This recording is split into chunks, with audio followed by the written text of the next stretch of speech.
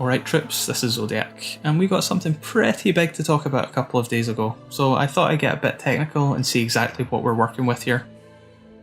Nero's basic moveset looks really faithful to Devil May Cry 4, so it should be pretty easy to figure out some of the more fundamental changes present from the trailer. Let's dive in. Nero's most basic ground and air combos exist intact, both with and without Exceed. There's not too much to talk about here. The only time Exceed is used is in the last of these clips, and it doesn't seem to have any special or unusual properties outside of being faster, and presumably doing more damage. Main thing of note is that Snatch seems to have more recovery on it.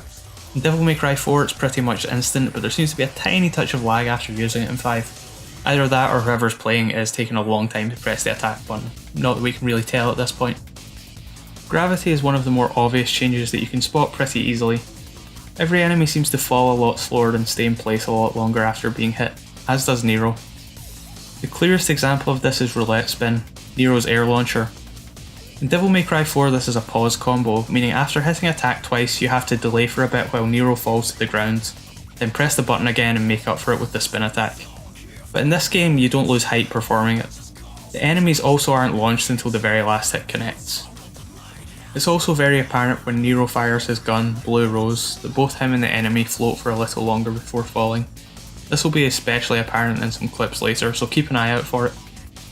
The one Buster attack shown, we've got a nice throwback to the animation on Frost's.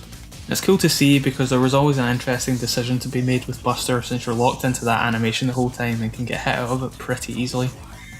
So even with all the new flashy moves like slowing down time and firing lasers with the cyber arm, we've still got classic options in. There's already plenty of insane stuff with the arm that I haven't talked about here because from the few clips shown we really can't know what it's truly capable of. The bouncing laser attack I think is going to have a ton of applications for geniuses willing to sit there and tech out exactly how it's going to make things bounce. Kind of like Lucifer pins with Dante in 4. One of the things I'm personally most interested in is there seems to be a lot more air movement options for Nero. The big one is this backward spring shown in the clip against these bat monster things. We also have things like this explosive air grab that looks like Captain Falcon's up B, which grants you distance while fully keeping the enemy in the air. There aren't really any analogues to this for Nero and Devil May Cry 4. The closest thing you've got is firing a charge shot and the recoil moving you back, which is pretty limited, or expending your double jump. The caliber jump cancels are probably the most telling clip in either video release so far. The feeling they give me is that they're specifically in those trailers to say, hey, jump cancels are in, advanced stuff is still in, get ready. But on the flip side, that's something that to perform in Devil May Cry 4 is a really small window and requires a lot of timing to learn to do consistently. And you can tell that in Devil May Cry 5, the jump cancel window is a lot more lenient now.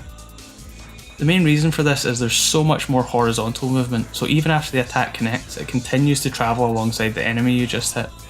Whereas in Devil May Cry 4, if you don't jump cancel as soon as it makes contact, the enemy gets launched to the other side of the room and your combo is over. It's obviously way too early to say if this is something that's going to be bad for the game, but it certainly does appear that these kind of combos are a lot easier now.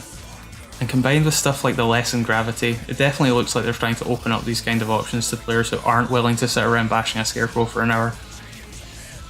Which is something that I'm maybe completely fine with, as long as there's still going to be things like that in the game that make me want to work extra hard and become a better player.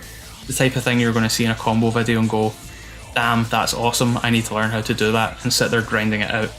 I know that's not for every player, but that's the sort of stuff that I really love, so it's important to me that it's in the game. I'm really interested in hearing other people's takes on this, especially people who don't take Devil May Cry super seriously like I do. I always felt like the series did a really good job of making simple but stylish stuff for casual players and newbies to perform and be effective in combat, but maybe I'm full of shit and talking for people I know nothing about, so hit me with your takes in the comments. Or tell me I'm a dumbass for caring about these people or whatever and how all casuals should die. Just get your thoughts out there, tell me what's going on. I'll be doing a ton more content for this game as more comes out about it, and of course once it's released. So if you watch this whole video without thinking I'm a shithead, go ahead and sub, and I will be delivering plenty more like this straight to your inbox. Thanks for watching gamers, catch you next time.